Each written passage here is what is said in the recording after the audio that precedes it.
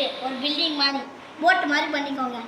Second என்னதுன்னா இந்த battery இருக்குல்ல, அதாவது அந்த 9 வோல்ட் பேட்டரியும் 9 வோல்ட் பேட்டரி வச்சுக்கோங்க, இல்லை இந்த பேட்டரி கூட வச்சுக்கோங்க.